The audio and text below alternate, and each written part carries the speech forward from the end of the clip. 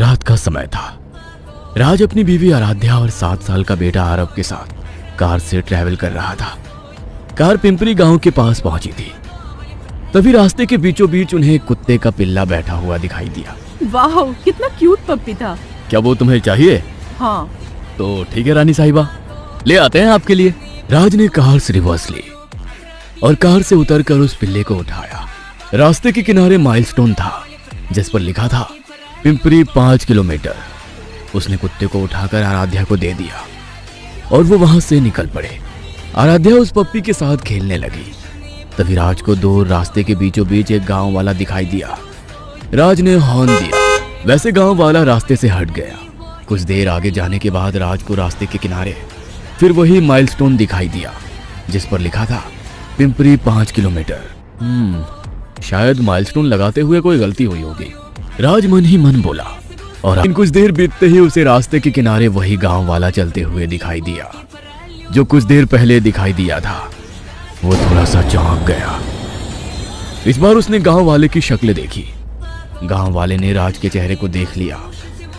कुछ देर बीतने के बाद उसने देखा कि रास्ते के किनारे वही माइलस्टोन है जिस पर पिंपरी 5 किलोमीटर लिखा गया है।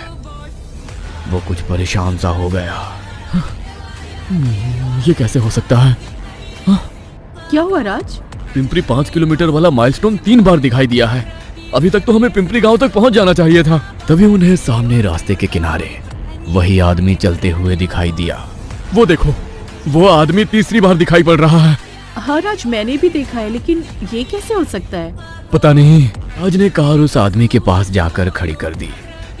गांव वाले ने राज की तरफ देखा और उसकी आंखें बड़ी हो गई। वो सहम गया और चिल्लाने लगा, चकवा चकवा! और वो वहां से भागा। ये देख आराध्या और राज को कुछ समझ में नहीं आ रहा था कि वो आदमी इस तरह से क्यों भागा। राज काफी डरा हुआ था। राज, ये चकवा क्या होता है? आराध्या ने राज से पूछा। अब चकवा, हिंदी में चकवा का अर्थ होता है छलावा। छलावा? ये क्या होता है? ये एक भूतों का प्रकार है जो अपने रूप बदल सकता है। रास्ते पर जो प्रवासी एक्सीडेंट में मारे जाते हैं, मरने के बाद वो छलावा बन जाते हैं। ये रात को प्रवासियों को अपने रास्ते से भटका देता है या फिर बार बार उसी जगह पर घुमाता रहता है। प्रवासी इससे काफी परेशान हो जाते हैं और काफी डर जाते हैं। क्या इसका मतलब हमें छलावा ने पकड़ लिया है? हाँ, राज ने घबराते हुए जवाब दिया। लेकिन अब हम क्या करें?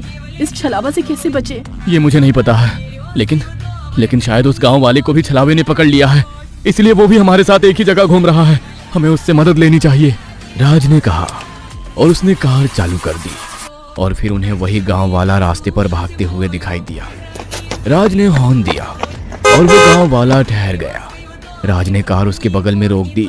चाचा जी, हम लोग आपकी तरह ही छलावे में अटक गए हैं, प्लीज हमारी मदद करो।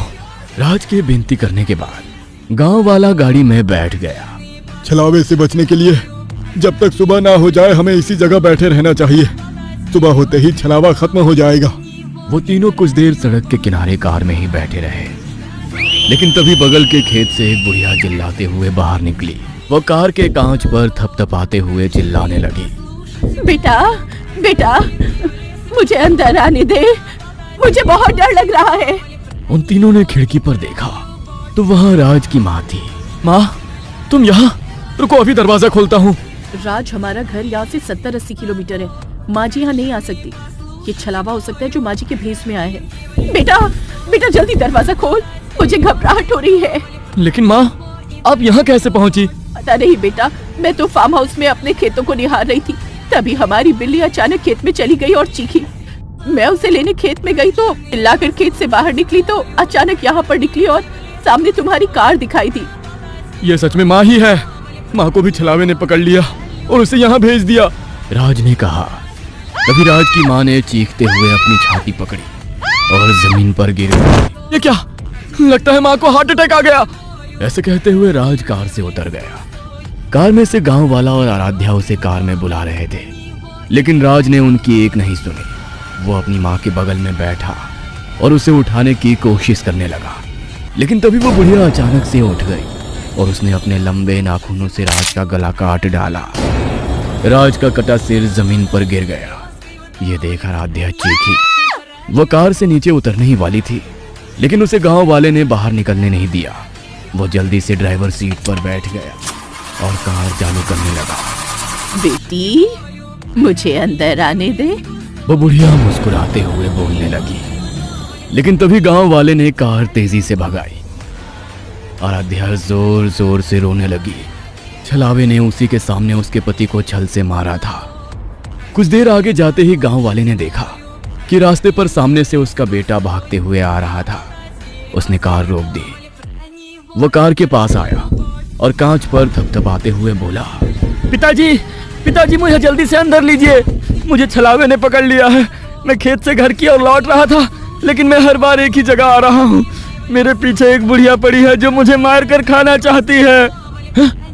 अरे मेरा बेटा खेतों में ही था और वो घर ही लौटने वाला था। तो क्या ये वही है? आराध्या ने कहा। तभी दूर से वो बुढ़िया भागते हुए आने लगी। पिताजी, जल्दी से मुझे अंदर लीजिए, वरना वो बुढ़िया मुझे खा जाएगी। गांव वाले ने कमर में छिपाई हुई छुरी बाहर निकाली और पिछला दरवाजा खोला। बुढ़िया बस उसके बेटे को पकड़ने ही वाली थी, लेकिन तभी वो कार में बैठ गया और दरवाजा बंद कर दिया। बेटे, तुम अकेले कैसे आए? अरे तुम्हारे छोटे चाचा कहाँ हैं? गांव वाले ने पीछे मुड़कर अपने बेटे से पूछा। वो तो खेत में ही रह गए। बेटे ने लड़खड़ाते हुए जवाब दिया।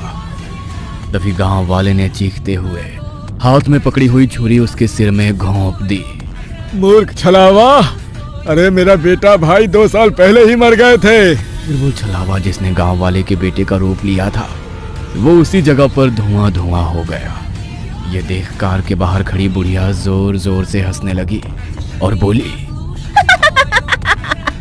बहुत होशियार हो। देखते हैं कब तक बचोगे मेरे वार से। तभी गांव वाले ने कार स्टार्ट की और वहां से कार भगाई। कार अभी भी बार बार उसी जगह से गुजर रही थी। अलग अलग लोग रास्ते पर आ रहे थे, गाड़ी रोकने की कोशिश कर रहे थे, लेकिन गांव वाला हर किसी को कार से कुचल रहा था। कब तक भागेंगे हम? वो देखिए फ्यूल खत्म होने को है। उसके बाद तो वो सभी लोग हमें मार ही डालेंगे। तो क्या करें? अभी हार मान ले। पता नहीं ये छलावे ने हमें कैसे पकड़ लिया। हमारे पास ना कोई आदमी ना कोई जानवर आया था। क्या मतलब जानवर? छलावा हमेशा किसी इंसान या जानवर के भेष में हमारे पास आता है और इंसानों को पकड़ लेता है, और उसके बाद जो भी उन इंसानों के संपर्क में आता है वो सभी लोगों को भी छलावा पकड़ लेता है। तभी उसकी नजर आराध्या के गोदी में बैठे हुए कुत्ते के पिल्ले पर पड़ी और उसने कार रोक दी। क्या ये आपका कुत्ता है? उसने आराध्या से पूछा।